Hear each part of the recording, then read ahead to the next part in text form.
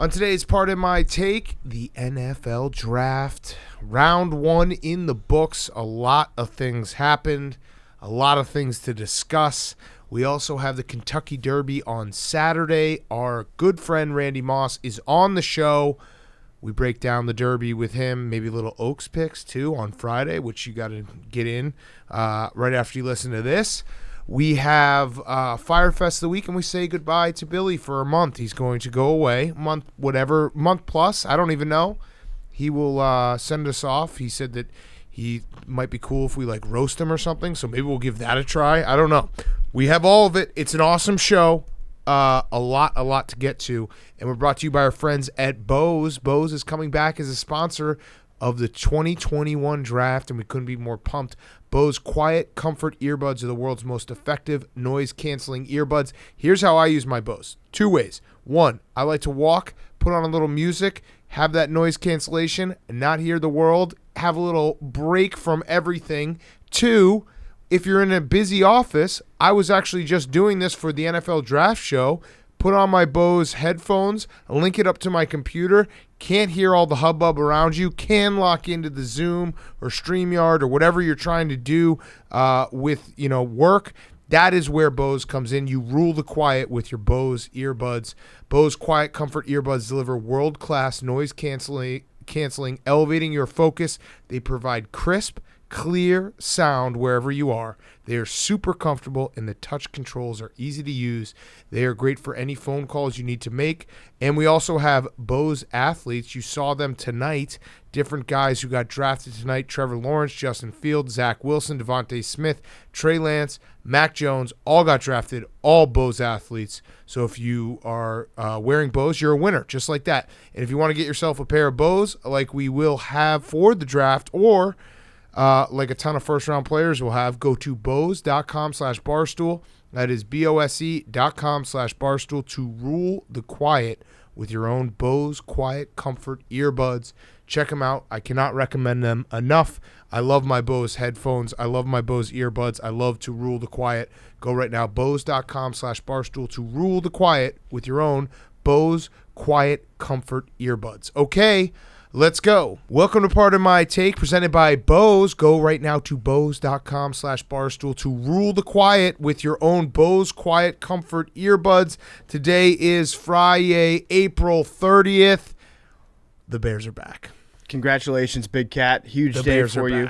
The Bears are back. The Bears drafted a contract extension for Ryan Pace. Don't do that. Don't do that. Why do you do that? Why you shit on me right away? All right, I won't shit on you right away. I'm sorry that you got a fucking Kentucky linebacker. Relax. Yeah, an elite Kentucky linebacker. Hey, but don't shit on me. I wasn't going to shit on you. Your guy has fucking awesome abs. Hank, congrats on getting a quarterback. Thank you. Come on, don't be that guy. The Bears are back. Let me have a moment. The Bears traded up, got Justin Fields. We'll talk about Aaron Rodgers, who is very disgruntled and wants out of Green Bay.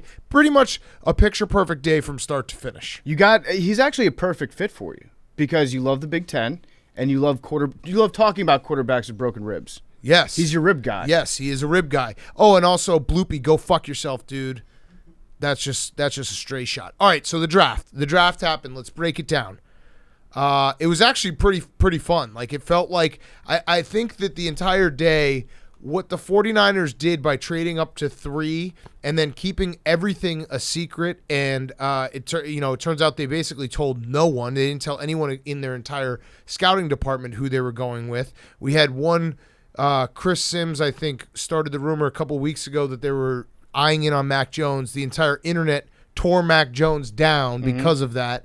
And then after the Trevor Lawrence and Zach Wilson picks, which we all knew were going to happen, the 49ers go and get Trey Lance, and all is right with the world, which I love. I love that we were going to say it was the worst pick ever, and then it's another guy who we don't really know about, but now it's a great pick. It's a great pick because it's not Mac Jones, because the internet revolted against him. There might have been some discussion behind the scenes between Kyle Shanahan and Bill Belichick at that pro day.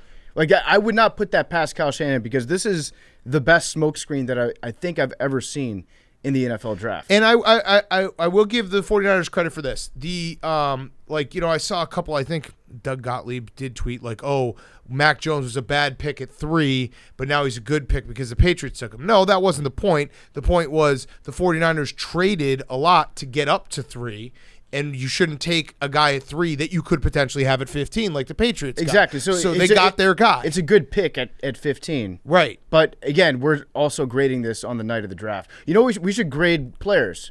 I think Mac Jones gets an A+. I think Trey Lance gets an A+. I think Justin Fields gets an A+. They all get A+. But the Trey Lance kind of started, like that was the thing that was talked about all day. The Aaron Rodgers piece was interesting all day long. It felt like every single tweet got more dire for the Packers and Aaron Rodgers relationship. I personally, as not even a football fan, like I'm not even talking sports, I'm talking about just life. I want Aaron Rodgers to be happy. I want him to find happiness. I don't want him to be miserable where he's not wanted. Could you imagine working for someone who's like, I don't want you here, I'm going to draft your replacement? That's got to be an awful feeling. So I'm more power to him.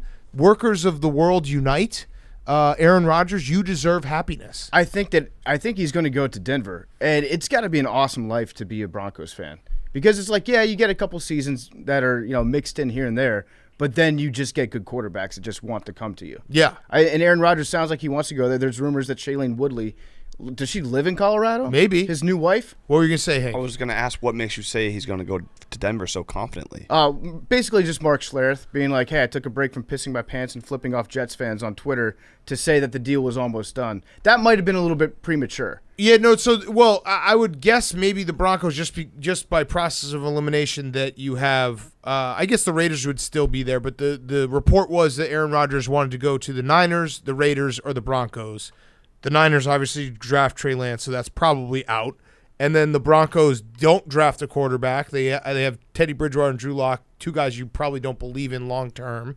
And then the Raiders, I guess the Raiders would still be in that situation where it would be crazy if you'd want to go play for John Gruden because that feels like Aaron Rodgers, I feel like wants to go somewhere where he can just run the offense. Vic Fangio would be the perfect place. Whereas if you go to the Raiders, like John Gruden will try to tell you that he knows more than you about football. Right, and Aaron Rodgers wants to go somewhere. Aaron Rodgers likes to be mentally stimulated. Mm-hmm. And I think all the things that John Gruden cares about, Aaron Rodgers does not give a shit about. The happiest tweet I saw pretty much of my life was Ian Rappaport saying that the feeling is that Aaron Rodgers did so well with Jeopardy that he has now that option to go host it. So everything that I've been trying to put out in the world, I don't know if you've seen, but I became a reply guy on Aaron Rodgers' Instagram. Every time he posted an Instagram post, I just said, Aaron, you're so good at Jeopardy. Like right. the fans deserve to get more Aaron Rodgers. So please just retire from football and go play, do Jeopardy. Would that be the greatest called shot of all time in my career as a reporter when it was announced that he was going to fill in for Alex Trebek to say he's going to be the full-time host of Jeopardy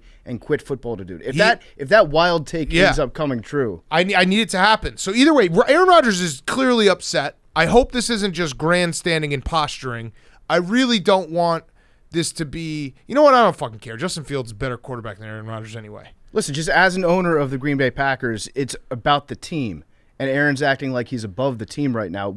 No one person is bigger than the cheese. Mm-hmm. That's the old saying we have in Green Bay. It is funny, though, how the Packers went out of their way. They drafted another defensive player. That's like 8 out of the last 9 years. And the 1 year they didn't do that, they got a quarterback in the first round. So like 8 out of the last 9 years, they drafted a defensive player, someone who they'll actually make Aaron Rodgers' job more difficult in practice by drafting him. So I don't know if that was like twisting the knife or whatever. That was the second biggest news of the day. First biggest news, Tim Tebow's back. Tim Tebow's back. He is such a fucking attention whore, annoying piece of shit. Yep. He's converted now. He's so annoying. He's converted. They did electroshock therapy on him, and now he's coming out as a tight end, and he's saying, I will change my position if it can get me into the NFL. He's 33 years old, by the way. Could you imagine if he had just had the presence of mind to be like, I was one of the funnest college football players of all time, one of the best college football players of all time. I accomplished such great things.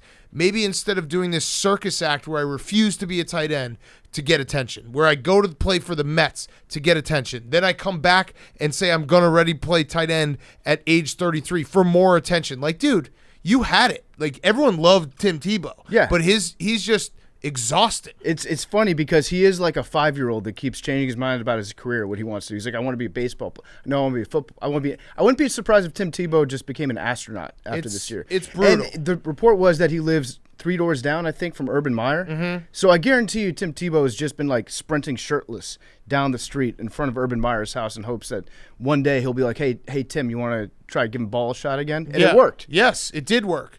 All right, so other things from the draft. There wasn't a ton of surprises. I guess the big surprise to start was Jalen Waddle going 6th to the Dolphins, where everyone thought that it would be either Devontae Smith or possibly not a wide receiver. We all thought, there's going to be one wide receiver, maybe 2 in the top 10. There ended up being 3 because Devontae Smith, the Eagles trade up and get him.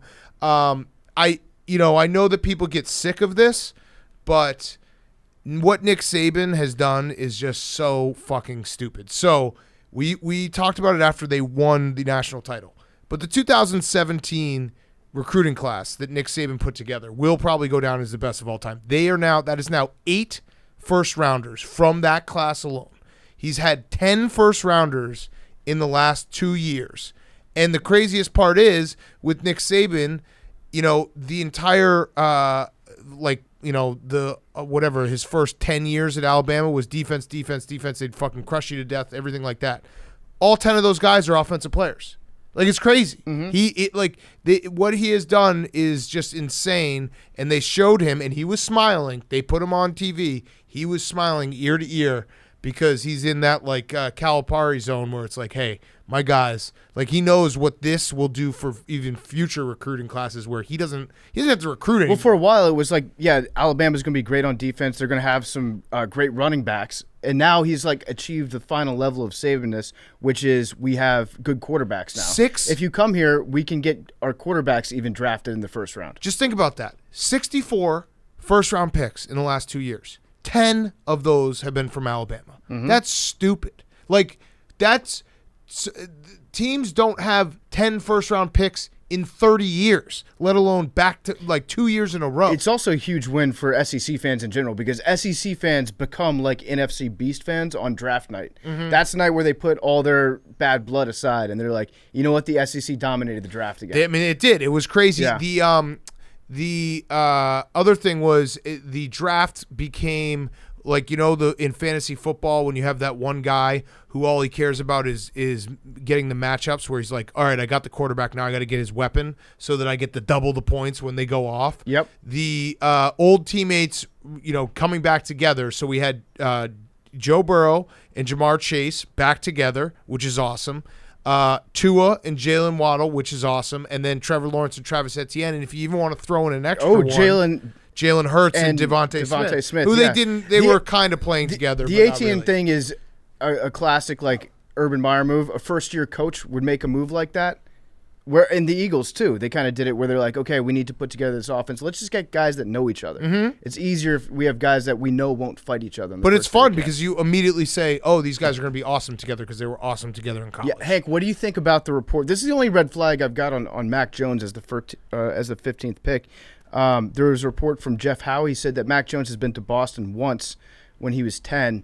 And he got his foot stuck in an escalator while he was there. His Croc. Scary. He got a Croc stuck in an escalator. Scary. You're completely burying the lead. He said he was on a cruise in Boston, which is the craziest. That's the red flag. Where was he going? I don't understand. He's from the South.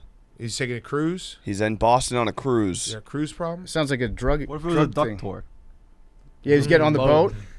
All right. But he got it. But on an escalator, yeah, it's. How do you get a Croc stuck in an escalator? I could understand getting a shoelace. He wore a shoe that didn't have laces that got stuck in an escalator. You'd be an unathletic person like Mac Jones. Well, no, Mac Jones ran what, like a 4.8? Belichick probably drafted him to be a slot receiver. No. He played lacrosse. That's why Belichick took him. That's right. Okay, yeah. McCockle. How are you going to say that in a New England accent? Mac Jones. Kraft Mac. Mac Jones. It is funny that he will have a lot more of a benefit of the doubt. And I know, again, it goes back to the fact that the 49ers, I think the pushback He just won the national championship. Right, well, the pushback was that the 49ers traded up, and if you're going to trade up, you shouldn't draft a guy who you could probably get later. But Mac Jones, the best thing that could happen to him is getting drafted by Bill Belichick and the Patriots because automatically people are like, oh, he must be awesome. Mm-hmm. Now, Hank, you and I are now in our histories are now tangled up with the fact that the Bears traded up to get Justin Fields, and Mac Jones went 4 picks later. So who knows? Like if Justin Fields sucks and Mac Jones is great, I'm dead again. I actually think that Justin Fields already is the best quarterback that you've had. Yeah, probably. If you look at the upside on it. Yeah, well, not actually, but yeah, sure. One reporter said, I don't even want Justin Fields on the Bears anymore. Yeah, that was Big Cat. I tweeted that myself. Mm-hmm. And then you clout chased by somebody tweeting it afterwards. Somebody tagged us in it. I said it out loud. Somebody tagged us. I said it out loud, and you're like, "Oh, I'm gonna have to retweet that." It's crazy that people actually like follow me and don't understand that. I actually did the math on it. I bet on Ohio State against Indiana. He sucked against Indiana, and I wear my heart on my sleeve during every game I've ever watched in my entire life. So if you think you did that on a notepad, the math. Well, no, I looked it up and I was like, "Wait, why did I tweet this?" And then I had Jake look up the date, and he's like, "It's Indiana Ohio State," and I was like, "Oh yeah, I think I was laying 21." Whoops. I also love the fact that Roger Goodell did treat the chair like it was the highest honor in the world for an NFL fan to put their ass on a chair that Roger Goodell's ass had been on all night. I'm sensing a little bit of jealousy from PFT about the Justin Fields About thing. what? You've I'm just a little been jealous shitting of Justin on it. Fields. You've just been shitting on it. No, congrats. It's an awesome feeling having a quarterback. You went straight to the Ryan Pace thing, and then you did your you old guys tweet. did give away like 300 picks. We gave away like pretty much one Double first the value. round pick. Double one the value. first round pick. I saw that tweet. I do like when they phrase the picks, like when they're like the Bears gave away the 2021 first round pick and a 2022 first round pick, but they got the 2021 first round pick. They moved up. Right. So they gave away one first round pick. So they traded first round picks and they traded second. I honestly think Justin Fields is going to be a great quarterback. Okay. I had him third on my list, on my power rankings list. What? Sam Ehlinger, number 1. Number 2, Zach Wilson, who, by the way, I don't think the picture of Zach Wilson that he put out He's today. 14. He looks like he's 14. He looks like a guy that would get into like an intellectual property lawsuit against Daniel Jones for stealing his idea for his app. I don't think you know what to do if the Bears have a good quarterback. No, I think Big you're. Cat, I think you're like. I am rooting for you in this. Nah, I don't think so. But if you I really don't think so. But if you have a tweet, I'm going to bring it up. But I brought it up. Okay, you brought it up too. I said it out be loud. mad And at you're like, yourself. "Oh, I'm gonna." You said I'm gonna retweet it, and then you did. But after I had already retweeted it, I self-reported myself. And dude, if you want to find old tweets of me saying dumb things, I think does Cam run our Instagram?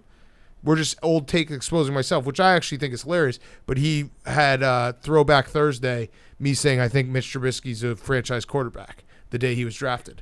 Listen, I have very bad takes, and I will own up to all of them because I'm a dumb person who has knee-jerk reactions like no other. So if you think a Justin Fields versus Indiana tweet is bad, whew, I don't know what to tell you.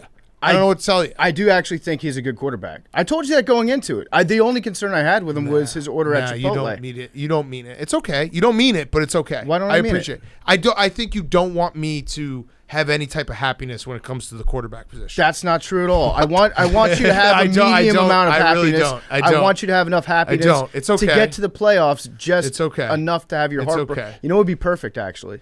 The perfect quarterback for Big Cat to have would be one who's good enough to get you to the NFC Championship game and then lose in that game. Mm-hmm. That's the best for the show.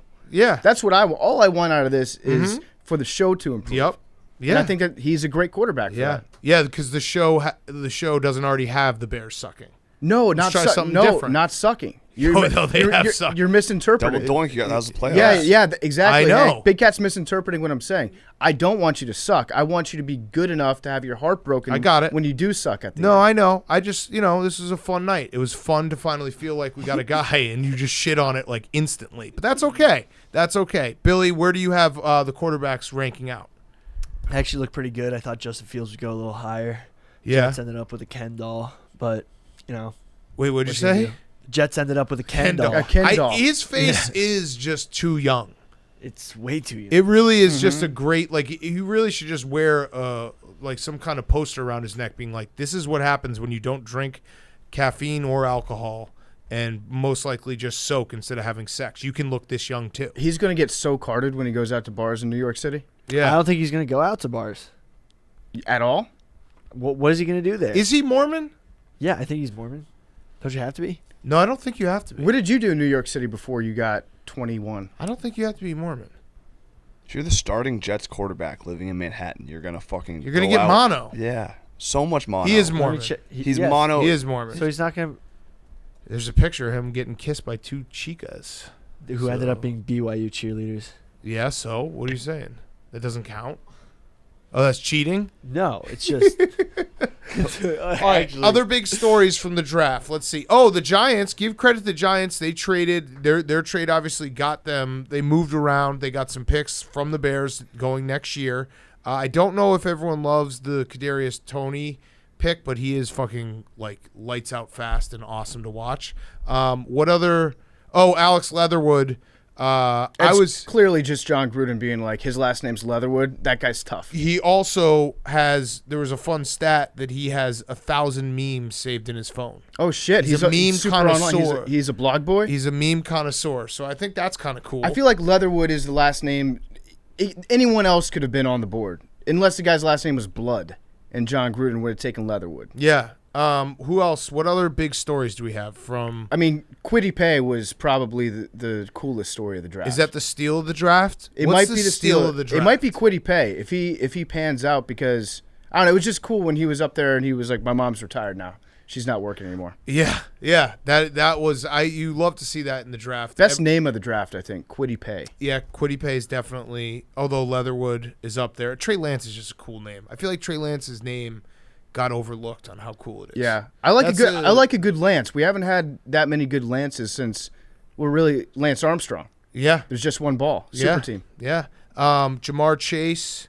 That one's a good. Well, do you like the Panay? Would you have rather had them take an offensive lineman versus Jamar Chase? Maybe, but Joe Burrow got a buddy, and Dan Campbell got a buddy. Yeah. Dan Campbell wanted to draft somebody that he could have horseplay with and be able to like beat up and get into fights with. He's like, this is the only guy that's strong enough out there I can do. Did you see Dan Campbell has installed cornhole in his hallway outside of the draft war room to try to keep it light? I didn't see it. I don't like it. I don't love like it either. But maybe that's just a culture change from Matt Patricia, who he would burn all the cornhole. He would just burn it right away. On site. He doesn't like games. Yeah, any type of game, he'd be like, "Get the fuck out of my face." I'm looking But at that is a big football guy move to be like, we're gonna have. You know what? I played this game in the backyard at one of my friends' barbecues 3 years ago. Yes. Let's bring that around to kind of lighten the mood a little bit. Yes, absolutely. What were you gonna say, Billy? Waddle turn away when he turned away from his family. Oh, I didn't see that. Yeah. Waddle turn away, and then Trevor Lawrence's dad getting his nuts crushed on the couch. Like there's no better sign of like you. It's not your house anymore than looking at the picture of Trevor Lawrence man spreading, Trevor Lawrence's wife woman spreading, his mom woman spreading, and then his dad just crushing his testicles next to each other. That's a good dad, man. You got to make sacrifices. Yeah.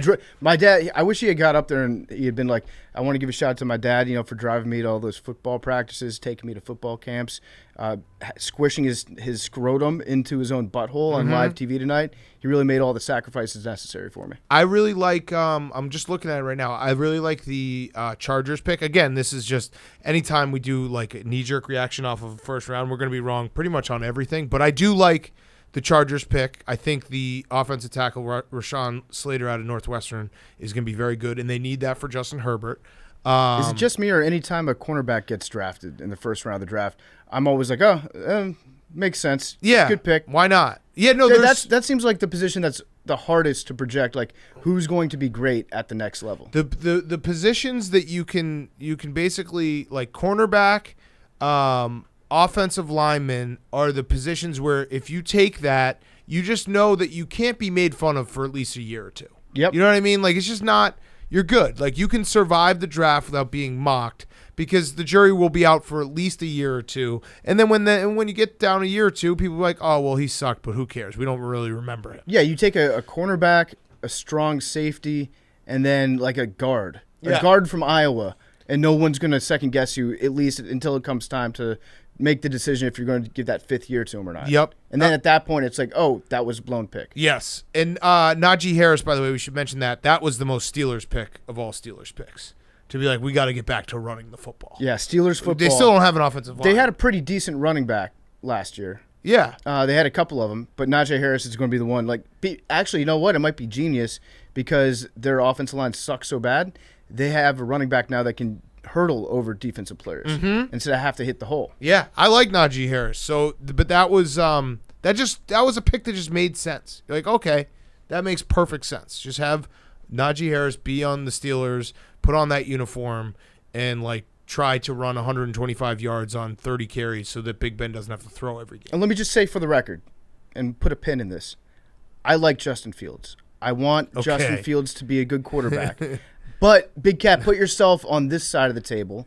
The hater side. It's very funny when the Andy Dalton thing exactly mirrors what happened with Mike Lennon a couple years ago. Of course. I still think Ryan Pace is a fucking idiot. I'm excited for one day about the possibility of having a franchise quarterback. It's awesome having a quarterback that you draft. It was an awesome moment, and it felt cool, and it was fun to feel alive, and I just would like to have that moment for a minute.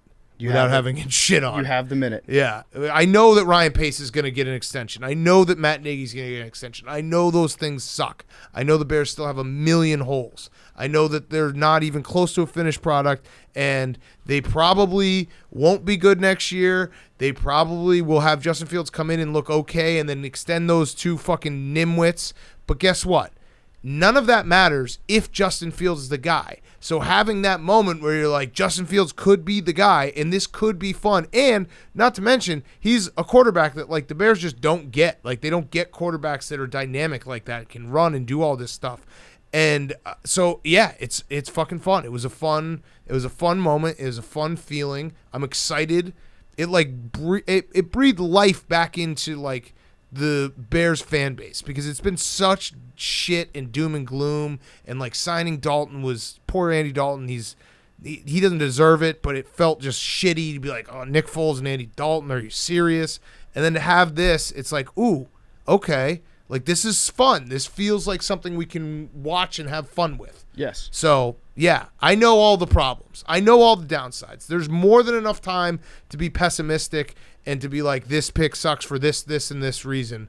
But today I'm not going to do that. I also don't think that he is the Ohio State quarterback that have, there have been a lot of them drafted. There have been two others drafted in the first round, and he's not Dwayne Haskins. I'm also just he's way better than Dwayne Haskins. He got recruited by Georgia. He's a Georgia quarterback. That's fact. He's going to go that way. Then we're going to just say it that way, and that way I can't be hurt the same way. But yeah, I know the Ohio State quarterbacks have sucked all the time. I know all these things. Someone tweeted out that the fourth quarterback taken every year is just terrible. I know all this shit. I'm just not going to – I'll deal with it later. I'll deal with it when he plays and he sucks.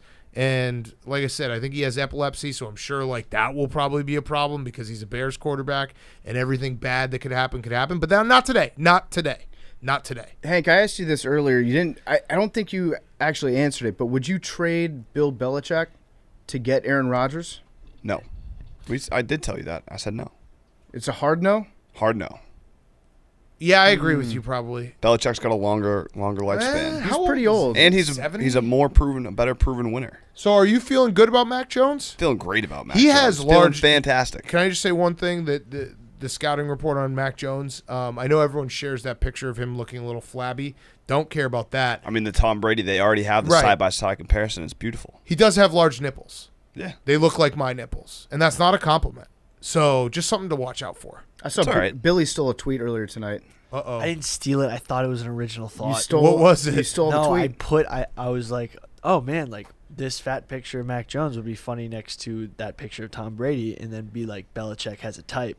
Turns out it was done 1,000 times before I posted it. And then everyone's like, fuck you stole it. I'm like, fuck, dude, I'm just slow. It's a good take, though. I don't think the draft moves a million miles an hour. I also think with Mac Jones, the fact that it's Saban's guy, Belichick obviously would not draft him if he didn't think he was going to fit into the system.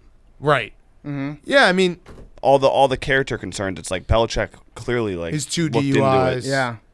He looked into it. He talked to Saban. If he thought it was going to be an issue, he wouldn't have drafted him. The crying when he gets arrested for the DUIs. The cry face. He's got DUIs. PFT, me and you were in the cell in Madison Square Garden. I know what you were doing. What? You were crying. What are you talking about? When we got arrested at the dog show. Yeah, I looked like no Sean Moreno during the national That's anthem. why he wears the glasses. Yeah, Little cry face. Yeah, no, and I'm happy when I get arrested. That's when I feel the most alive. Happy tears. yeah, it was a fun draft. I don't know. I mean, we still got 2 more days. It does suck. I really do hate that they've.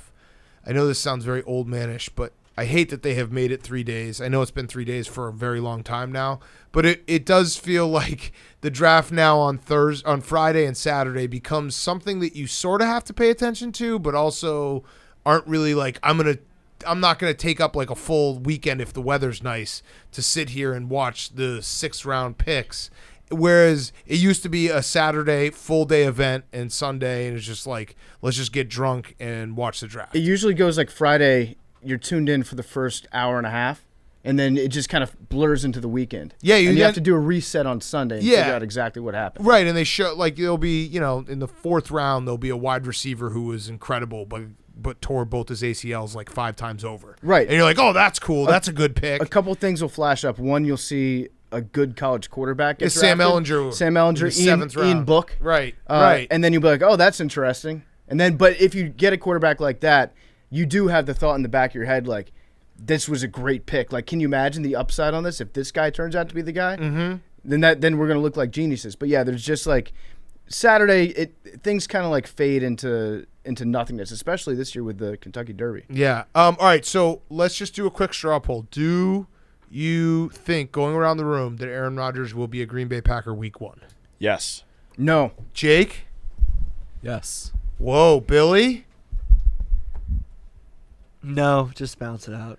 Well, I was going to say no because I'm just hoping for You just it. want him to be happy. Right. It's a bad week. That's all you got to for say. You A-Rod just want him to be breakups. happy. You just want him to be happy. Where do they tape Jeopardy?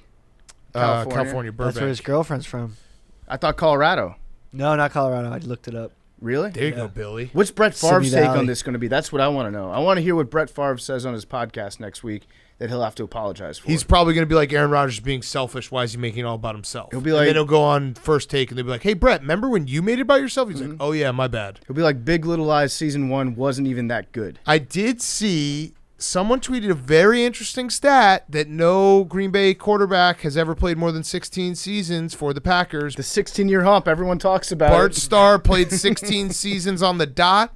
Brett Favre played 16 seasons on the dot. Aaron Rodgers has just completed his 16th season on the Green Bay Packers. Unlucky 16. That's interesting. It's time to ask the question, are the Green Bay Packers cursed when it comes to the quarterback position? It's interesting. It is interesting. How much, if Aaron Rodgers does get traded, and I guess now that I'm thinking about it, it's probably he will stay on the Packers because if you were going to get traded, it would have been right before the draft. Maybe. Right? I mean, the timing of everything was kind of questionable today when the story came out that there were calls being made from the 49ers to the Packers. And that sounded, at the time, I was like, that's what John Lynch does. Right. He tried to get Tom Brady a couple years ago. Right. You might as well make the call and ask. Yeah, But so- then later on in the day, the story kind of unfolded a little bit, and it just kept getting worse and worse and worse and worse. Everyone had a tweet. I think Aaron Rodgers is he's disgruntled. Yeah, no, That's he's the very, word of the day. very disgruntled. He is the most disgruntled quarterback in the NFL. I'm now going to change. Now that I'm thinking about it, I'm going to change it to yes, he will be a Packer just for an emotional hedge because I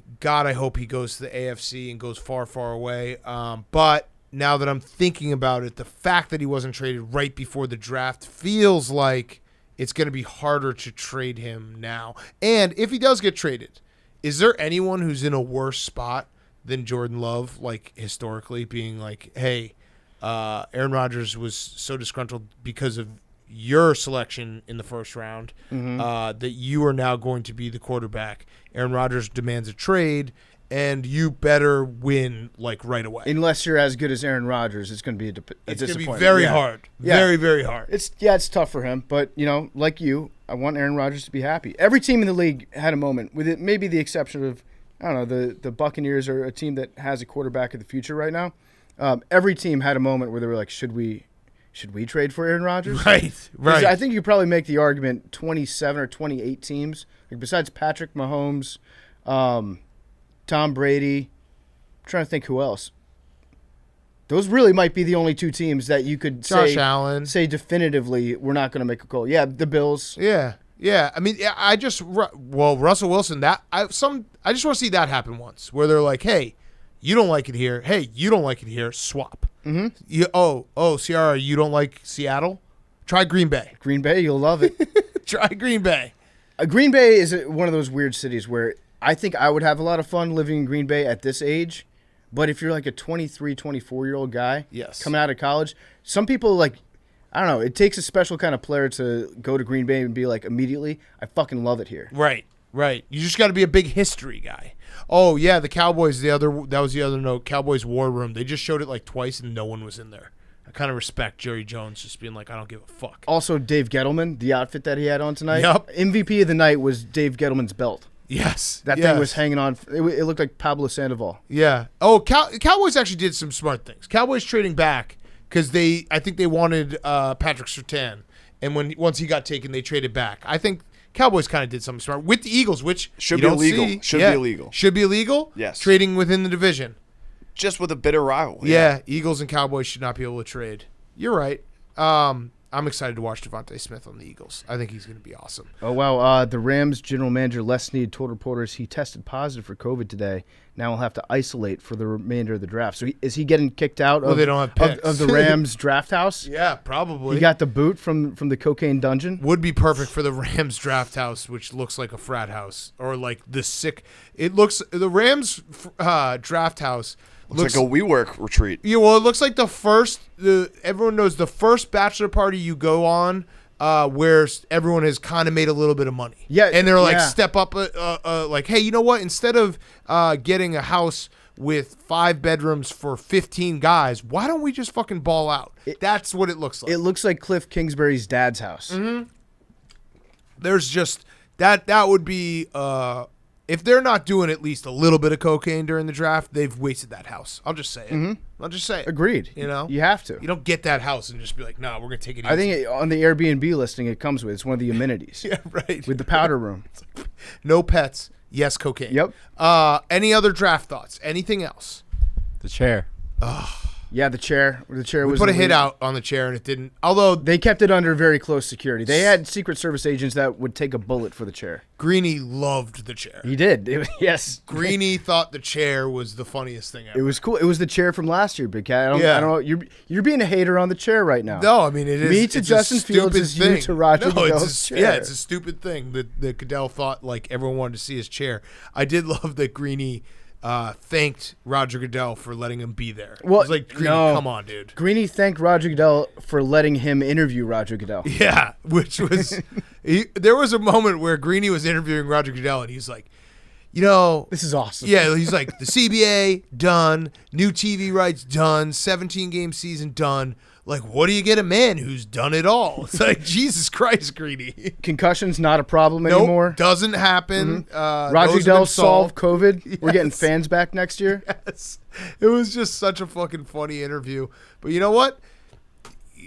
Credit to Greeny in the fact that he has put himself in a spot in his career where he gets to interview Roger Goodell, because a lot of people don't, because they know a lot of people would just ask Roger Goodell a real question. Mm-hmm. Greeny knows that's off limits. Who do you think was the safest pick of the draft? That's the conversation I like having. Oh, I think the safest pick of the draft, Kyle Pitts. Yeah, Kyle Pitts, or you could just say Trevor Lawrence. But yeah, Kyle Pitts, long hair. Kyle Pitts would probably be the safest pick of the draft. Maybe Penei Sewell.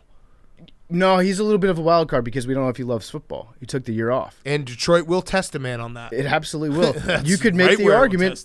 Jamin Davis from Kentucky. Dude, his abs are insane. It's actually nuts. It's crazy. It's crazy. And it's also a safe pick because even if he's just like an average linebacker, the defense that he's on right now, it's the Falcons' offense. The guys in front of him. Everybody is a first-round pick on that Washington football team defense. Right. The guys in front of him will make him look good no matter what. Yep. But he probably is really good because I don't know. You can't get those abs and not be like those are comic book abs. He's like the guy from Baylor. What's his name in that meme? Sean Oakman. Yeah.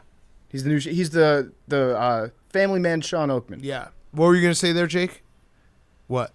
Sean Oakman, but you beat me too. Oh, okay. Nice. Any other notes? We get any good memes out of the draft? We'll have to ask Leatherwood about that. He probably has them. Mm-hmm. 1,000 memes. Yeah, that's too many memes. That's way too many memes. How many different variations of SpongeBob? I bet his SpongeBob collection is elite. Yeah. Probably got like hundreds of those. Vindog has to go one-on-one versus him. What are you going to say, Billy? Just the Waddle turn away. Everyone's been going off about that. Waddle turn away.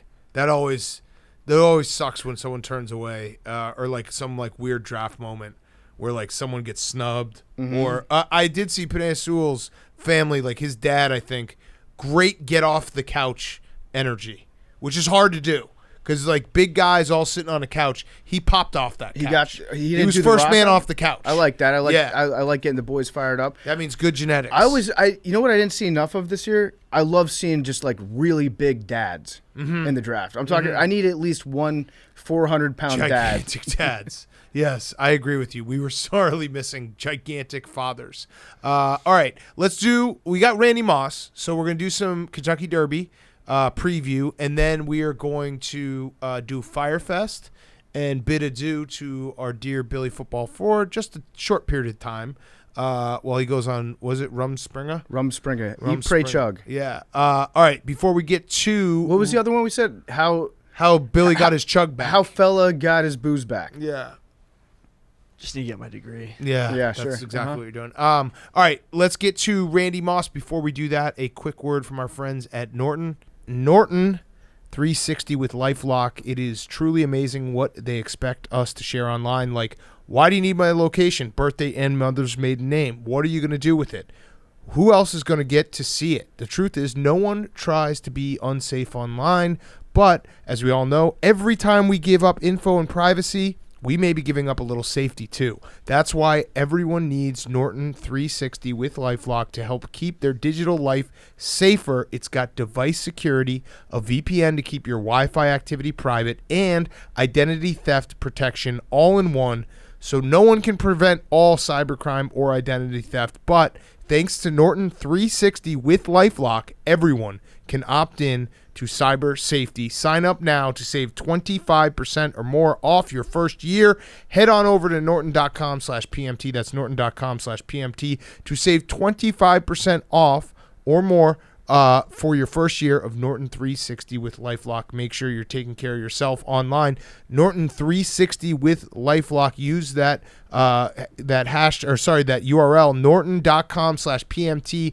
to save 25%. Norton.com/PMT. Do it right now. Norton 360 with LifeLock. Okay, here he is, Randy Moss. Okay, we now welcome on one of our favorite recurring guests, long-time recurring guest for 5+ years now. The Kentucky Derby is back to being the first Saturday in May, and we have our guy, Randy Moss, who will be part of the broadcast on NBC on Friday and Saturday. Don't forget the Oaks on Friday. We're very excited. Randy, it's great to see your face. It's great to have you back. It feels like the world has restored to normalcy with the Kentucky Derby racing on Saturday. Yeah, kind of, sort of. I mean, it feels a whole hell of a lot more normal than it did last September. Yes. When they're running the first Saturday in September. But I'll tell you, I mean, I've been here since Monday, which is fantastic because the last 11 races NBC has done, 10 of them have been in a studio and not at a racetrack. So it's great to actually be here on site. But Louisville's been a ghost town all week. I mean, the hotel that we're staying at downtown is normally just like so busy all Derby week. And NBC has basically got the hotel to itself so far.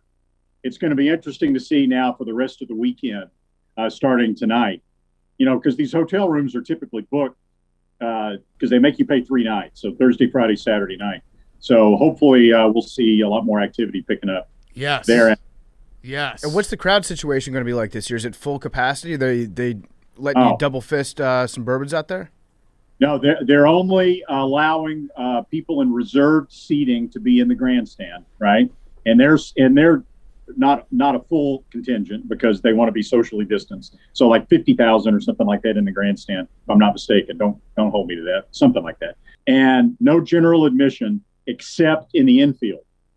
If you don't have a place to sit, you have to go to the infield. But they're capping the number of people that they'll allow in the infield. It's always been a free-for-all in the past. As many people as they can fit in there, that's great, but not this year. I've got a dumb question about that. Do the horses run differently when there's a big crowd screaming at them? Yeah, they don't like it. Really? Yeah. Oh, yeah.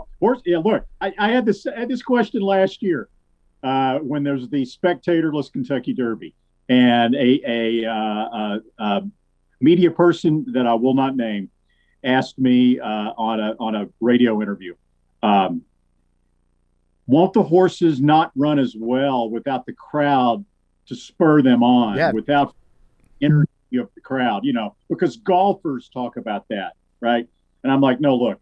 Horses like tranquility. Horses like peace and quiet. They hate loud noises.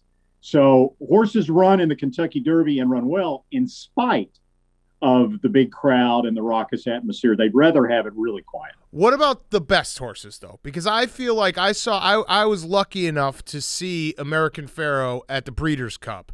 And it felt like that type of horse, and maybe it's just because it was such an incredible horse, but it felt like that type of horse fed off the crowd and was like almost like, yeah, like everyone's rooting for me. I'm going to make this even bigger of a win. I'm going to kick everyone's ass. He's a different case, probably. You're right, because American Pharoah was the most chill, laid back, surfer dude kind of horse that you're ever going to see at a race. And all you got to do is remember, after he swept the Triple Crown, when they had him on the Today Show and they let him out, and there's Bob Baffert in a lawn chair, and there's I think the owner Zayat and maybe Victor Espinosa. They're all in lawn chairs sitting there, and the horse is just standing right behind them, just kind of nice and quiet, hanging his head, all's well. A horse is just very rare for a typically high-strung thoroughbred racehorse to be that chill, but that he was. He was built different. He was the sports person of the year. Yes, that was the big debate that year. Yes. It's like Serena Williams or a horse. Which one's going to win? They picked a horse.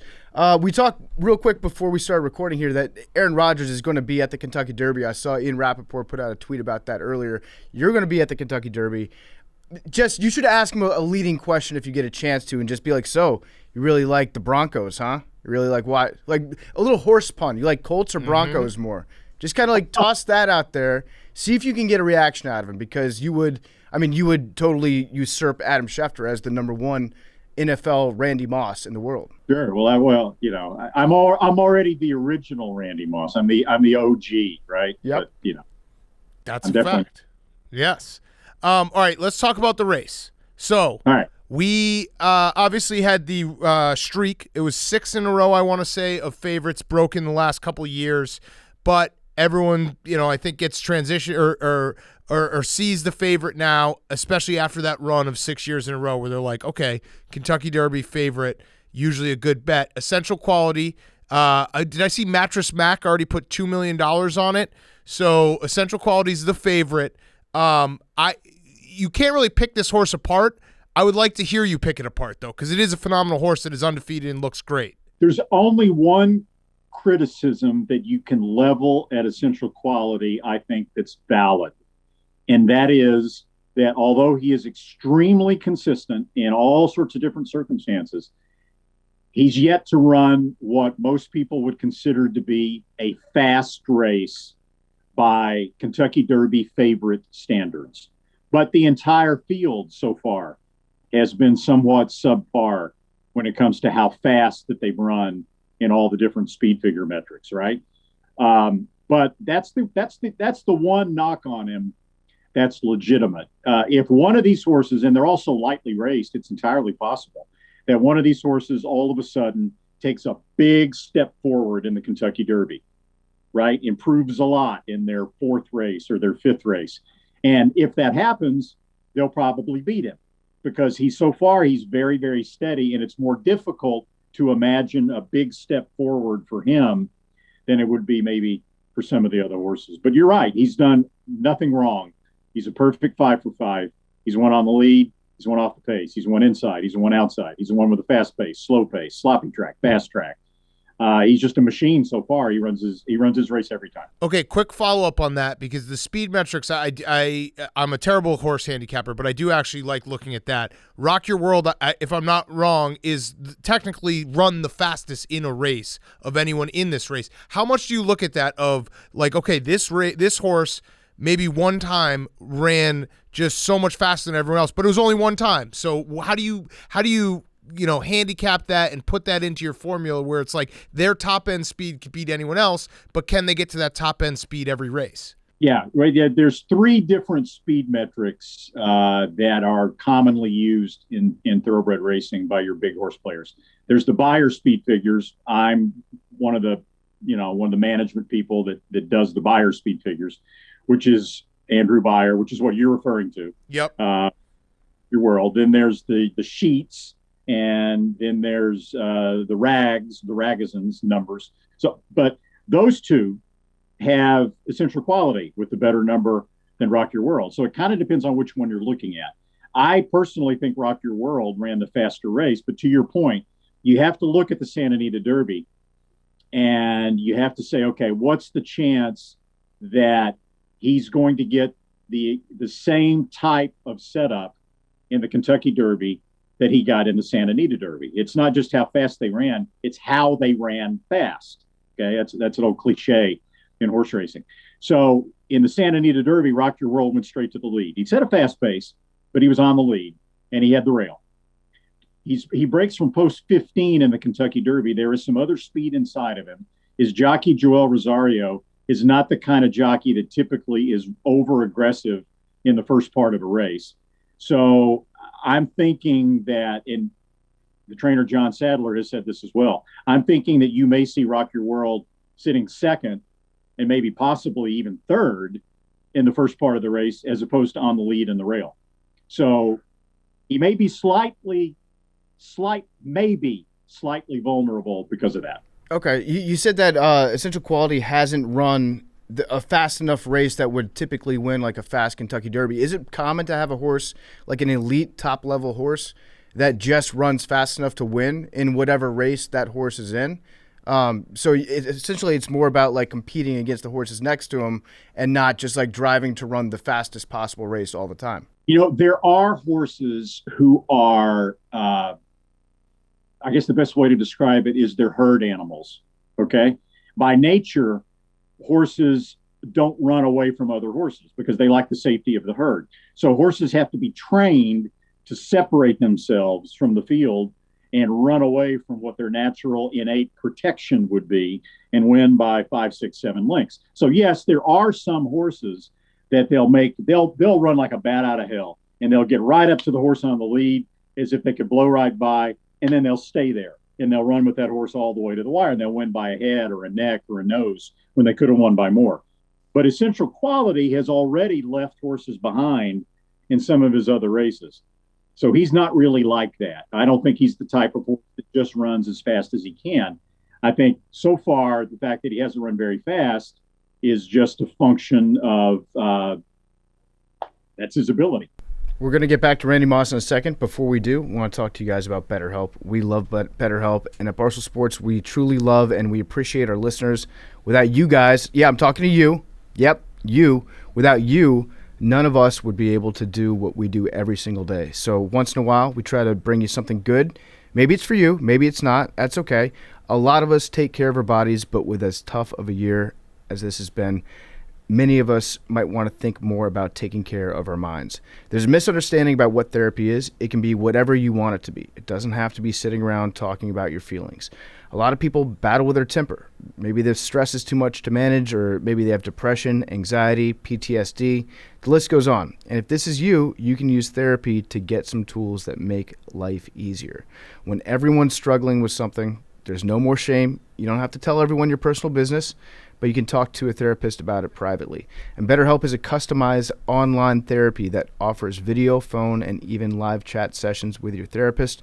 You don't have to see anyone on camera if you don't want to. It's much more affordable than in-person therapy, and you can start communicating with your therapist in under 48 hours. Join the millions of people who are seeing what therapy is really about. It's always a good time to invest in yourself. You are your greatest asset. This podcast is sponsored by BetterHelp, and our listeners get 10% off their first month at betterhelp.com/PMT. If you feel like you need help, we would love for you to talk to somebody. Use betterhelp.com/PMT. That's BetterHelp.com/PMT. Now here's more Randy Moss. So the other, we were talking about the favorite Essential Quality. The other thing you can do at Kentucky Derby that usually gets you to the winner's circle is just bet on Bob Baffert's horse. So if he wins this, am I right that he would be, I think it's the record, 7 Kentucky Derby wins. He's got Medina Spirit. Talk to me about that horse. Is that a horse that I should be betting on, or maybe putting in an exotic, or how do you see that one running out? Yeah, look, when Bob retires, I think he's in his late 60s, but he's going strong. He'll be the most successful horse trainer of all time. So it's fantastic that we're getting a chance to live this right now and see Bob and what he's doing in these Kentucky Derbies and stuff. He's not terribly confident about Medina Spirit, because if you went back like 3-4 months ago and looked at the horses Bob was preparing for the Kentucky Derby, Medina Spirit would have been like 4th or 5th on his depth chart. And now they've kind of one by one fallen by the wayside because of injury or because they weren't running very well. They were disappointing. And he's left with Medina Spirit, who is a decent horse. He's a horse that's the classic overachiever. He runs his heart out every single race, fights. He's just got a limit to his ability. And as Bob pointed out the other day, he's got to take a step forward, and he's got to run a little faster than he's been running. And in Bob's words, some of the other leading contenders have to drop passes in order for Medina Spirit to win the race. But I tell you what, he would be a fantastic story if he wins. Because when he was a yearling, 1-year-old horse, they put him in an auction. The breeder who owned the horse at the time had gone through a divorce and was in a little bit of financial difficulty. And so she told the consignor who sold the horse at the sale, whatever you can get for him, I need the money basically. So don't put a reserve on him. Whatever people bid for him, that's what he sells for. $1,000. Wow. For as a yearling. And now he's one of the top 5 or 6 choices in the Kentucky Derby. It would be a great story. Unbelievable. So is that one of those situations where, I guess if I'm liking it to an NFL player, it's like you get Tom Brady with a 199th overall pick. Was that something that the trainer saw in him, is like, hey, this horse, I know it's $1,000, but I see something special in it. Like how did a 1-year-old horse that sold for $1,000 get to the point where it made such big improvements that it's now 15-1? When he wound up in Bob Baffert's barn, he was sent with all the rest of the young Baffert horses. And obviously, Bob and some of the others at the barn didn't expect much out of him. And so they basically used him as a punching bag for a horse named Life is Good, who was Bob's best prospect. But they like to work horses against another horse in workouts so that they can get their competitive juices going, get them to work a little faster. And so they would always work Medina Spirit with Life is Good. He was the sacrificial lamb. They didn't want to take one of their other good horses and break his heart by continually pitting him in the morning against Life is Good. But Medina Spirit, Bob kept getting reports, hey, this horse he's not as fast as Life is Good, but this horse is okay. This horse can run a little bit. He's beating everything else we run him against, And so they gradually began to warm up to the notion that this horse might not be too bad. And he's continued to outperform expectations. I like this, that we're now Bob Baffert, who, again, is going to be going for the record for 7 times winning the Kentucky Derby. Now he has an underdog-ish horse that we can root for, which, great job, Bob, to make everyone kind of turn back and be like, hey, we want Bob Baffert to win this. Keep this in mind, too, when you think about Medina Spirit. It's like we're going back to the future here. When Bob first started and he first came into the picture in America, he had horses in 3 consecutive Kentucky Derbies. In 1996, his very first one, he had a horse called Cavanier, who was a very moderately bred horse, inexpensive horse. No one expected anything out of him. He got beat in the Kentucky Derby by that far to a horse named Grindstone. The next year, he came back with Silver Charm, who sold for less than $20,000 as a yearling. Baffert said he sold for a ham sandwich. He wins the Kentucky Derby. The next year, he comes back with Real Quiet, who sold for even less than Silver Charm as a yearling. He wins the Derby, and like Silver Charm, wins the Preakness, and he comes within a nose of sweeping the Triple Crown. So back then, Bob had all these inexpensive, cheap horses and he was doing fantastic with them. And we all said back then, God, imagine what's going to happen if Baffert ever gets his hands on these blue blood, multi-million-dollar horses. Well, lo and behold, that's obviously what happened, and he swept 2 Triple Crowns and wins last year with Authentic and also the Breeders' Cup Classic. And now he's back with another inexpensive horse. So it'll be interesting to see what happens. I don't want to tell you how to do your job, but, I mean, this now feels like Bob Baffert going for his 7th. Tom Brady just won his 7th. Tom Brady's first 3 Super Bowl wins, the defense kind of helps him out. This Super Bowl win, he goes back, the defense helps him out. I'm just saying, this seems like there's some fun graphic that we can throw out there on NBC on Saturday. Well, I'll give you better than a graphic. Okay, I'll tease something for the telecast on Saturday. We've got a sit down, 3-way sit down interview. Mike Tirico, Bob Baffert, Bill Belichick. Oh, there we go. Okay, Bob Baffert, 6 Kentucky Derby wins. Bill Belichick, 6 Super Bowl wins as a head coach. And it apparently was really good, and Tirico was a little jealous because Baffert got more out of Belichick than Tirico said he's ever been able to get out of Belichick in an interview. Yeah, respect greatness. Oh, I that's like awesome. That. That's going to be great. It does feel like Medina Spirit. It feels like he was the Brady to Drew Bledsoe, and he just kept outworking him. You can't go away from the horse if it keeps winning. Yeah, I mean, Brady's a 6th-round draft pick. Medina Spirit for $1,000 is the equivalent of an undrafted free agent that gets cut by 4 or 5 or 6 teams and then suddenly winds up in the Super Bowl. Yeah. All right, Tebow. that might be, again, credit to Bob Baffert to get everyone to root for him. Then don't you have to ask the question at some point if he's able to win with different kinds of horses all the time, like are these system horses? Is it Bob Baffert that's just the key to everything? Like he can take whatever you got off the street, turn into a champion. Well, I mean, I wouldn't say he can take whatever off the street, but I know what you're saying. And what you're getting at, I agree with. There's never been a trainer, in my opinion, who's been able to get more out of a 3-year-old training them for the Triple Crown than Bob Baffert. Nobody. And then there was something that I read earlier today about Known Agenda.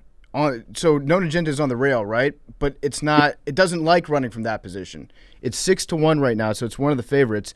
But people are saying stay away from it, even though it's considered to be, I think the second highest odds, second best odds, third highest odds. But they're saying don't bet on it because it's not comfortable from running from the inside. Is that what you've heard? Here's the deal. It's not that the horse is not comfortable down on the inside, because in his last race in the Florida Derby, he took the rail the whole last part of the race, got through along the inside, and it was the best race of his career. So the horse is fine down on the inside. It's the people that don't like the horse down on the inside. There's this BS out there that's been out there for years that the number 1 post position is this horrible disadvantage. And it's not. It's like people ignore geometry when it comes to the Kentucky around the racetrack. And I've been preaching this thing, guys, forever, that there have been a few horses who have had disastrous trips from the number 1 post position. What typically happens in those cases is the jockey gets tentative, and all these swarms of horses come over from the outside and drop over in front of him on the rail, and then the horse has to take up and has all this trouble and stuff. But more often than not, the advantage of saving ground, being on the inside around the turns, makes the horse run better than his odds would indicate that he would run. So it's a lot of hand-wringing for nothing. The inside post position is just fine, and Known Agenda, I think, and my colleague, my buddy on the other side of the trailer from me here, Jerry Bailey, we both think that it's actually an advantage for him to have the number 1 post position.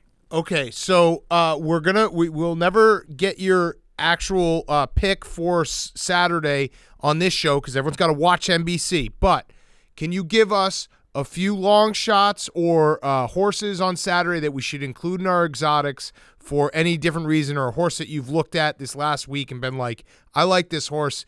It might not win. It might win, but it also could easily finish second or third. Throw them in your trifectas. I'll tell you what, I wasn't prepared to give you horses, plural, but I'll tell you 2 things. One, you're right. I can't tell you who I'm going to pick. but it's not essential quality. Okay. I guess that's another tease, as they say. Second, there is a horse running Saturday in the 10th race. It's called the Churchill Downs Stakes, 7 furlongs. It's a big sprint race. He's 12-1 in the program, and his name is Endorsed. And I will endorse betting on Endorsed in the 10th race. He's number 12 in the 10th race on Saturday, right? As fast as the horses in here that are the favorites, and he ran as fast as they did despite getting into some trouble. He's ridden by Joel Rosario. The outside post is going to be an advantage in this race, and he's gotten a lot better since trainer Bill Mott put blinkers on the horse 2 races ago. I'm getting a little inside baseball here, but your viewers/listeners will know what I'm talking about. 12-1. I mean, I don't think he'll go off at 12-1, but 8-1. You know, I mean, I think the horse is an excellent play. I really do. Okay, I love that. And then do you have anything for Friday? Because we love to give people something for Friday because they don't, like I think some casual horse fans think, oh, Kentucky Derby, it's just Saturday. The Oaks is fantastic, and Friday is wall-to-wall racing as well. It's going to be on TV. You better be watching. You better be betting it. I mean, we're doing every race on Friday. And, there are some outstanding races. But, I mean, you're right. The Kentucky Oaks is the best one of all on Friday. And of the horses in the Oaks on Friday, the favorite is going to be a filly called Malafat, trained by Todd Pletcher. But there is a horse in there called Travel Column, who is trained by Brad Cox, who's won the Kentucky Oaks 2 out of the last 3 years. And the way the Oaks is going to be run, it's not going to be a fast pace at all. And I think it's going to help Travel Column, who likes to run up near the front, and Malafat's usually running out the back. So she's going to be more pace dependent than a horse like Travel Column would be. So I think Travel Column it's going to be a better price, definitely. And I think she'll be a better play in the Kentucky Oaks than Malafat will. All right. I had one last question here about the actual Kentucky Derby. I don't know if this is a Photoshop, but it looks like one of the horses is a stoolie. One of the horses is a reader of Barstool Sports, highly motivated. It was pictured earlier with a blanket with a Barstool logo on its hindquarters. First of all, is that a red flag for you? Or is this, what do you know about highly motivated? Should we bet on highly motivated just because it seems to support our cause? That's the reason to bet the horse. Yeah. Are you Seth Klarman, the Oracle of Boston? You know what I'm talking about? It might have something to do with, Dave might have something to do with these people because, Dave obviously owns horses. So he might have an association with these guys. Yeah, Seth Klarman is a guru, an investment guru, probably second only to Warren Buffett. In fact, Warren Buffett has Seth Klarman's book on his bookshelf, and it's one of the few other investors that Warren Buffett has ever sort of publicly praised. And it's almost like a contradiction that a guy like Seth Klarman, who he's a billionaire, he's a minority owner of the Boston Red Sox, and he has made so much money mitigating risk in his investments, will now be involved in the riskiest pursuit of all, buying racehorses and owning racehorses. And he's passionate about it. And he just absolutely loves it. He won an Eclipse Award as the champion owner in the country a couple years ago. Chad Brown's his sole trainer. He's got a lot of really, really good horses with cool names as well. But highly motivated is his horse. And he's going to be a long shot. He was second to Essential Quality in the Bluegrass and only got beat, ahead. But he got a perfect trip. He's going to be probably 15-1. I don't like him to win the Kentucky Derby, but greatly respect both Seth Klarman and the trainer, Chad Brown. And hey, if he's got the Barstool logo on his blanket, that's a plus. Yeah. All right. Well, Randy, thank you as always. We really appreciate it. I always tell you this, but it's funny because when we get close to the Kentucky Derby, and we'll have you back for the Preakness and the Belmont, I get so many tweets being like, is Randy coming on? Is Randy coming on? I think we might have missed you last year because it was football season and we're idiots. But it's great to see you, and it's great to have you back. And everyone tune in. Randy will give his pick live on the telecast on NBC on Saturday. It's been a couple of years. But I have a recurring guest that I wear very proudly. So I'm here for you anytime you want me. Yeah, we love you. I think you were like one of the first 10 guests on Part of You're My also Take. the only I person. was. You're like one of the only people to ever have that shirt. So like Blake Griffin has been complaining about that shirt, not having it for years, and you have it. So I'm happy that you have it, and it makes me feel good. I'm going to bring it for the Preakness. And if we do this again at the Preakness, I'm going to wear it. Beautiful. We will. All right. Thank you so much, Randy. Be well. Good to see you. Randy's brought to you by MeUndies. Summer is coming, and for so many of us, it's the season of discomfort. It can be hot out. If you could sit around and adjust your underwear, you would. MeUndies wants to make this the summer of comfort. They want you to know that if you want to sit around in your underwear, that's absolutely allowed. Get comfortable and express yourself this summer with undies in classic and bold colors and fun and adventurous prints. Rushing home to change into something more comfortable is a thing of the past. You know exactly what I'm talking about.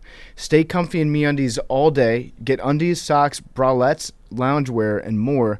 Choose from endless styles and sizes extra small to 4XL with their sustainably soft, micromodal, and ultra-light breathe fabrics. MeUndies has a great offer for my listeners. For any first-time purchasers, you get 15% off and free shipping. I'm wearing my MeUndies right now. Put the jeans on today. Had to switch back into jeans. There's a chance of rain. When it's jean season, I'm putting on MeUndies. If I'm not wearing shorts that have a swimsuit mesh in them or a built-in lining, I'm absolutely wearing MeUndies all year round. MeUndies has a problem-free philosophy. If you're not satisfied with any product for any reason, they're going to refund it or exchange it. No caveats, no questions. Get 15% off your first order and free shipping at MeUndies.com/take. That's MeUndies.com/take. Okay, let's wrap up. We've got Firefest of the week, and we're going to say goodbye to Billy.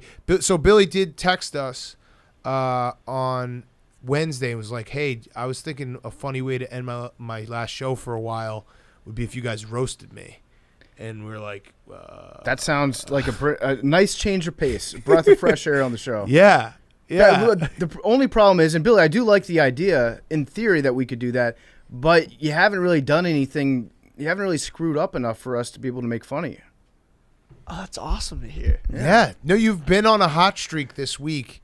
I think PFT, you said it was, or maybe it was Hank who said that he's in a relationship and knows he's in the doghouse, so he just keeps doing like cooking dinner and doing all this stuff. Yeah. To try to convince us, like, hey, you know what? This is working out. He's doing the thing where you take the trash out way too much, like once it gets halfway filled up, and then he's just leaving it in the hallway. But it leaves the room. Right.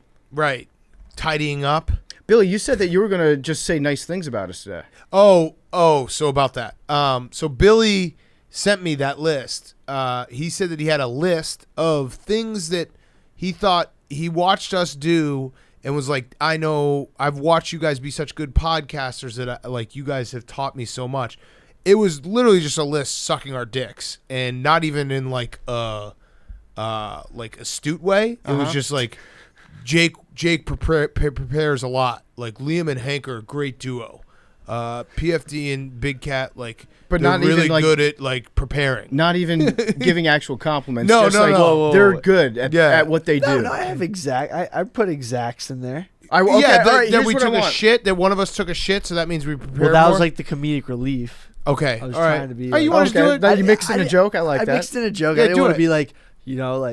So basically, all you guys spend a lot of time writing down your thoughts and capturing it because a lot of this is not just off the cuff. Like you guys really put a lot of work into it. This is also dawning on me how funny it is that you're you're watching us work, and you're just absentmindedly being like, wow, look at them work. Not working yourself. They write down stats that they want to say later. Oh yeah, that was one of them. It was make sure you write down who's back, otherwise you might forget it. Wait, Billy, I don't want to be complimented anymore. I want you to just don't compliment read all the compliments that you had about Jake. I just want you to compliment. It was just Jake. one. Jake is impeccable at preparation, and he plans for even like the smallest things, including pronunciation of people's names and Nailed stuff. it, yeah. Like, which is like Pronunciation. announce That's good. That's funny, Billy. No, Was but that he just- intentional? he really goes hard on it. And it's like something that I don't have the organizational like grasp to even like figure out. you Well, know? I appreciated the compliments. We don't need them. And you're coming back in a month, and you're going to be full time, which is going to be scary. No, I'm actually so ready for it. Like, No, It's you're not. The reason why scary. you're leaving is because you're not ready for it. Right. right. So you And will I be like- ready for it. It will later. legitimately be the first time in my life where it's not like school and sports. Right. School and interning. It's like all one thing. Did you Work. Did you offer the person that you stole the meme from? Did you offer him $50 to the Barstool Sports store? No, dude, it was freaking war. It was Oh, so you did steal it. no, I found out that it was later. Billy was just okay. going It was war Warren mode on Sharp. the timeline. Yeah. Oh, Oh. All right, so Billy, Cinema Frog. I am personally afraid that you're going full time. No, I'm really like so ready. Okay, I'm afraid. Because like if you screw up, I don't know what I'm going to have to Dude, do. I'm gonna work so hard that Yeah, you're gonna you're be right. like, stop. Stop You're going working too so hard. Like, please. Billy, how can you possibly work this hard? No, I'm like excited. And plus I'll be in the office for like much longer periods of time, which will allow me to like do more stuff. Like Participate in other stuff. like Like stuff outside of Parliament. Like other stuff. No, what he's saying is he can do different stuff. yeah. from the other stuff New that stuff. you And I haven't can been start doing. blogging. Yeah, 'cause Yes. there's Yeah. no way to blog unless you're in this office. Mhm. Right. But like yeah. But like I'm gonna blog about all sorts of shit. I that want wanna to see a talk lot about. of blogs out of you. I will pump out Oh, this is bad. Don't- Folks, this don't- right here is a fork in the road for our dear boy Billy Football. He's the thing is, about to I'm not gonna- write himself a check. I'm not gonna blog about anything unless I seriously have a good opinion on it. And Okay. that's something I'll promise you. But that's All a right. great qualifier that keeps you from blogging about anything. Like, hey, Billy, why don't you blog this? Well, I didn't have a real strong opinion. If I have like a good insight on something, I'll be like, that's sick. All right, so how many blogs a day? Let's go week. Okay, week. Because you're good at Okay. compiling stats late in the on Friday. Yeah. You'll post 15 blogs. probably like 7. That's a lot of blogs, Billy. Is that is that a lot? Wait, you know what he's gonna do? I thought. Billy's gonna. Oh fi- my god! Billy's gonna find. He's gonna find a tweet and then just blog the tweet. Well, yeah. I thought you were gonna say like 20, not 7. How much is blogging? How much is it's? It's a lot.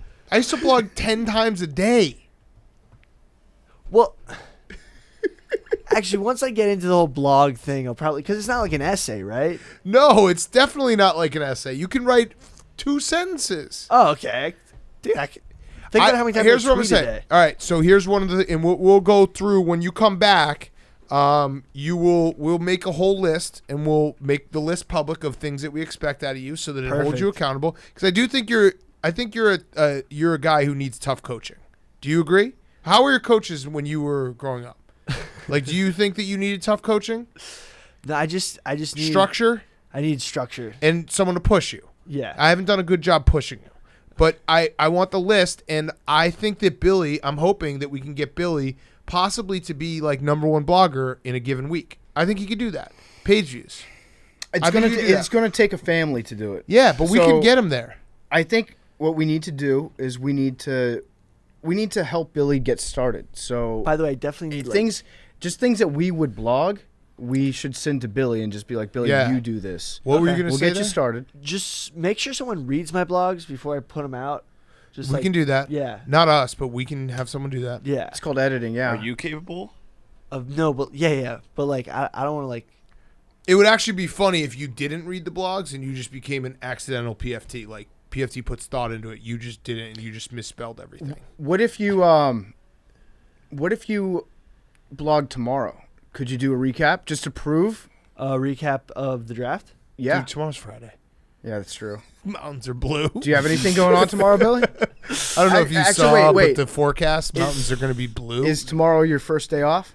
Yeah. Yes. I could get. No, that. no, don't. No, I don't no, want to put that no, on no, you. You're no. done. Tomorrow's just first day. You're taking your break, Yeah. and when you come back, you'll be ready to work. Book reports on Very Monday Night ready. Football are going to be great. All right. Oh, that's gonna be fun. Yeah, I'm excited. Billy, I know that there was, people were like, oh my God, are you firing? No, we're not firing Billy. We fucking love him. I know there's a lot of people out there who are like, man, Billy's screwing up an opportunity. The reason why Billy gets the opportunity is he's legitimately very funny, and he adds something to the show, and he adds something to the company. So once we get the structure and we get a little bit of a plan, Billy's going to be a superstar. That's a fact. Buy stock in Billy. Draft him in the 6th round, and he'll win. No, I was going to say you're going to win a Super Bowl, but no way. Just great value. Yeah, great value. Yeah. You know what? Great fucking value. All right, should we do Firefest? Let's do Firefest. We'll end it up. Hank? Bill, you want to start so you don't get yours stolen? Yeah, How many you have? I have 5. All right, no, I'm sorry. I'll go first, and I don't want to get mine stolen.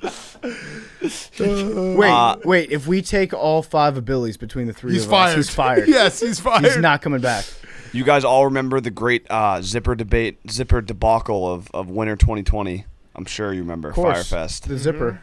It's back again, even worse this time. Like Norman had like a bone on my couch, and What do you mean? You're gonna have to be more specific. Not a boner. He was chewing a bone. It got Okay. like it just my couch like cushion thing got a little messy. So I was like, all right, I'm gonna put it in the laundry. Unzipped it, put it in the wash. Went to zip it back on, and it's like the big L cushion, so it's like Yeah. an important cushion.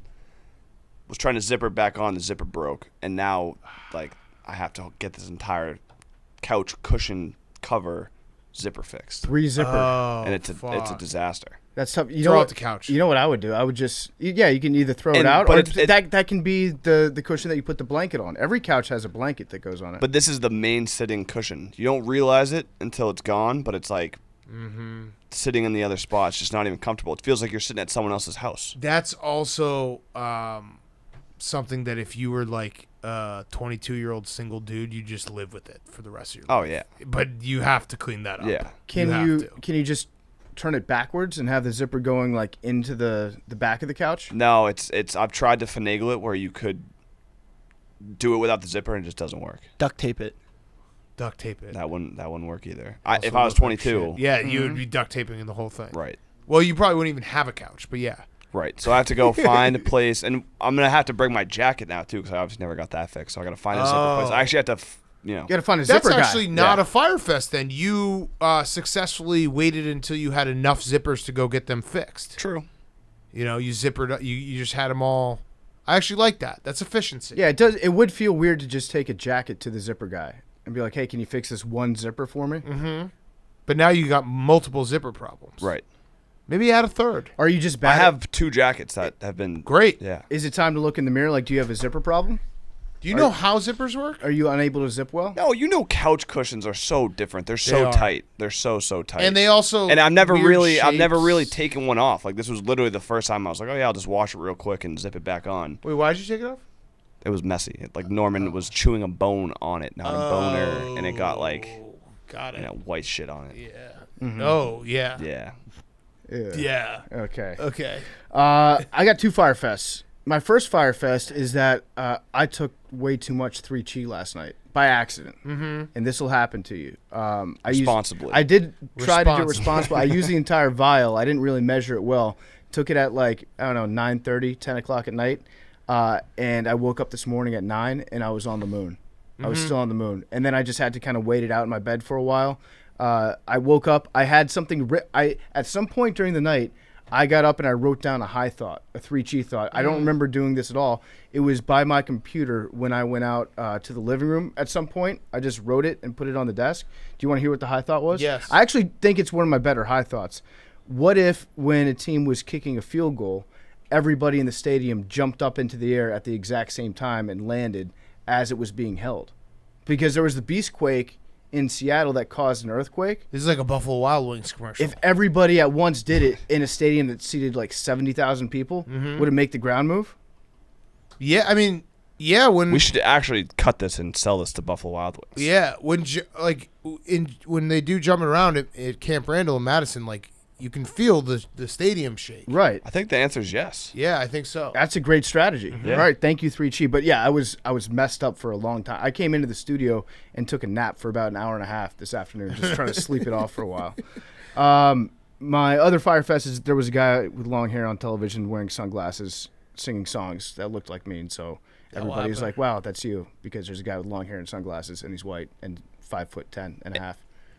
Adding on to that, all the bars are reopening this summer, full capacity. So it's just going to be, get ready for the entire summer. You kind of had a nice little break last year. I did, yeah. But yeah, that's pretty much every weekend in the summer. Yep. Friday nights, Saturday nights. If it's just a woman with a guitar, People be like, "Yo, PFT, is this what's you?" up? Yeah. Yes, that is true. All right, my Fyre Fest is, I have 2 as well. My first is I took Stella to the vet, and she's fat, so that sucks. That's pretty much just a mirror image of me. I don't know, I don't think there's ever anyone who has a fat dog and who is super skinny. It's one of those things where the dog takes on the personality of the owner. Right. Sometimes. She's not super fat, but she, a little bit of weight. And then my other one was I'm becoming hopefully a more responsible father. I told you guys the time when the kid stole the ball from my son and I stole it back from the kid. A little girl at Gymboree on Sunday just came up and smacked my son, and credit to me, I didn't hit her. So It's big. As a girl dad, you're learning. Mm-hmm. I looked at her and I was like, okay, I'm not going to hit you. She's like 2. So did she have a crush on your son? No, she was just being a fucking bitch. Yeah. She was just fucking smacking kids. I don't know what else you want me to say. What do you do at that point? Do you have a word with her dad? No, her dad was a kind of a beta, and I was just like, I don't know. It's more like my son didn't really react, so I was like, okay, whatever. So your son's tough. I guess so. And a gentleman, it sounds like. Yeah, right. He took the hit and was just like, I'm just gonna keep playing. So At what point do you have to have the conversation with your son? Like, if somebody hits you, here's how you hit them back. ooh. I feel like you need a heavy bag for that, I right? also feel like and a garage. the dads that actually do that with their sons are just dads that they themselves got the shit kicked out of them when they were. Today I'm going to teach you how to use your hands. Yeah, I would never be like, my son got hit. Tell you what, you need to punch them harder. Yeah. Like that would never cross my mind. Yeah, no. I don't think. I think also You just need to make snide remarks until they feel bad about themselves. Yeah, I'm gonna weaponize him with sarcasm. That Boom. will hopefully get him through life. Yep. All right, Billy. 5. I lost at cornhole on Tuesday. Uh-huh. That was pretty demoralizing. I accidentally took a generic Benadryl instead of a non-drowsy allergy medication. So I was pretty sleepy. Mm-hmm. And also I had allergies in the first place, which is pretty beta in my own mind. Uh-huh. I don't get them too much. Big time. Yeah, I'm not allergic to shit. I know. What do you think about that? Dude, I'm not adapted to my environment. I don't know what happened. What are you allergic to? The pollen. Any food allergies? No, 0. I think the issue is you have too many pieces of wildlife around you that eat bees. And so Yeah. you haven't been exposed to enough pollen. I definitely you think should get people a with beehive. allergies are weaker humans. I know that sounds terrible. I think to say. they're just I have allergies. Yeah. Duh. exactly. Not to food. Yeah, I know, but you saying I have allergies. I think it's we a clean know. thing. If we're around clean stuff as a baby. What? You know what I'm saying? Too much Lysol. You're saying that you're too clean. No. Lysol? Yeah. Billy, you definitely came home with a rock in your mouth almost every day. Yeah, but that's why I'm not allergic to food. Anyway. There are I think studies that if you have a dog growing up, you are less allergic to things. Right. I accidentally tweeted a very overdone meme. We were over that. Stole. Well, I didn't steal it. Sounds like you stole it. I thought it was original in my head. Uh-huh. You So know? the same After me too. scrolling Twitter. When I tweeted Big Cat's thing, I thought it was original in my head too. Exactly. Were you just not on Twitter and then we're just thought of it? We're like, let me open Twitter and tweet this. Well, no, I was eating Chinese food, and then I was like, oh, man, I'm eating a lot of Chinese food. I'm looking like Mac Jones. I was like, Tom Brady was fat, too. Oh, shit. Belichick's got a type. And then, turns out Warren Sharp tweeted it 24 minutes I'm gonna give before you me. credit for it then. Yeah. Now you've this is in 5th grade. You showed your work. Yeah, I showed my work. Mhm. I didn't cheat. Mm-hmm. And last but not least, I'm going to miss you guys. Oh, it's only 1 month. Yeah, no, it's going to be fine. I How just didn't sick have would it be anything if else to Billy say. cried during his last show? Do it. Billy, just so you know, I don't want you to get upset about this, but we're gonna try not to talk about you too much because we don't want you to be like, oh, this is sick. That's fine. All they do is talk about me. No, that's fine. I Okay. understand that. Very fair. Works. Have you picked a date? You're gonna come back? No, save it. I got. Actually. Yeah, I just got. Yeah, save it. I do not want to push you on the date. You should take as long. June 2024. All Just need right, to find somewhere to live. Jake. Northwestern had 2 first-round picks, and we now all have to deal with that from the members of the media. Yeah, well, You have to deal with that. I actually think. I mean, you'll get annoyed. It's better for you as a journalist. Like, do you want to be known as a journalism school or as a jock school? Fair, So Syracuse, what's 0. the best? but What's the best all time? they don't have brothers on the same basketball team. Also, Jim Brown, best athlete of all time. Mhm. You have that answer. Greg Paulus. Yeah. Yeah, Donovan So- McNabb. they're the ones missing out. Gate brothers. Yeah, Gary Gate, women's lacrosse coach, Syracuse lacrosse legend. There we go. Yeah, Yeah. More lacrosse. We're going to get more Exactly. lacrosse. yeah. Paul Rabel, get us on the call. We're ready. Is that it? You For- just had one Firefest? Yeah, Billy's the hard worker. Okay. Yeah. 5 versus 1. That's true. Stats don't lie. All right. Numbers. I mean, 99. 39. I'm just thinking about Billy as 18. as a boyfriend that's in the doghouse. I'm going to go down on you for 17 hours. I'm gonna cook you your favorite meal. It's steak every time. I don't even eat red meat, Billy. The tallest mallard duck to have ever lived 38. Oh my is known God. as What Long did you Boy. just say? 39. He lives on the campus of the University. But if you of New York. lost, if you He's- won, you lost. 3.5 Yeah. feet tall. Nothing. Love you, You know guys. why? Love you guys. You know why, Hank. Even you, Justin Fields. You don't know why? Obama? What? Please help me You find gotta a house follow in New someone York on City. Instagram. Love you guys.